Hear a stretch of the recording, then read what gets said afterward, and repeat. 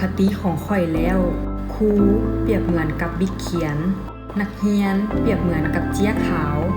ครูคือผู้แต่งแต้มตัวอักษรลงไปในเจี๊ยขาวนั้นอาชีพครูจึงเป็นอาชีพที่ต้องเสียสละเส้นเดียวกันกับครูบ้านนอกคือค่อยมื้อนี้เฮาสิไปเรียนวิชาคณิตศาสตร์เรียนเกี่ยวกับพวกมูลอันนี้ก็คืออุปกรณ์ของเฮาเนาะบางครั้งอุปกรณ์การเรียนที่มีมันอาจจะบ่เพียงพออันนี้เป็นแมงกะพรุนเนาะมันอาศัยอยู่ทะเล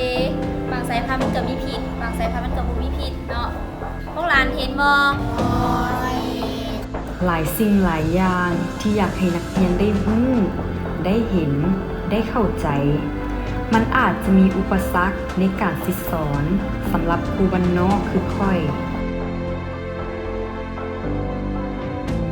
จนบางครั้งมันก็เฮ็ดให้ข่อยท้อในสิ่งที่ข่อยอยากถ่ายทอดให้นักเรียนได้เรียนรู้และได้เข้าใจบ่ได้ครูว่าโพสหลานแหนมบ่เห็นเราจะกินตัวนุ่นเองได้แล้วบ่อยากกินตัวนุ่นลูกพวกหลานเคยเห็นนกเพนกวินบ่แต่ข่อยก็จะพยายามให้หลายขึ้นเท่าที่ครูบ้านนอกคนนี้จะเฮ็ดได้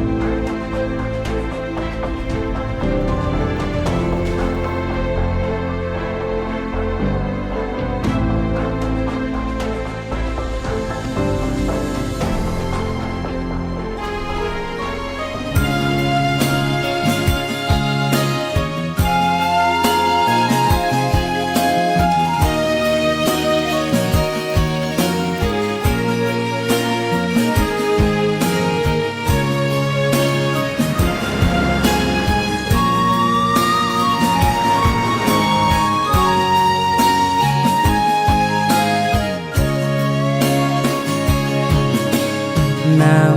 ำใจครูสูงเท่าคุณป้าลุงพ่อแม่ที่เลี้ยงมาใจบ่เคยพักผ่อนยามนอนบ่เคยหลับตาใจยังคิดตั้งหน้าหานักเขียนยามนอนต้องคอยคิดสร้างบทสอนสารฝันให้นักเขียนนั้นก้าวหูสู่โลกใหม่ถึงเหนื่อยและอ่อนล้าน้ำตาจะหลับไหลแต่ใจครูบ่เคยหูคำว่ายอมสมเป็นแม่พิมพ์ที่ยินยอมรับทั้งสาครูก็คือผู้ให้ความรู้ให้โอกาสให้การศึกษาและให้ประสบการณ์แก่ศิษย์ทุกคนสร้างเจ้า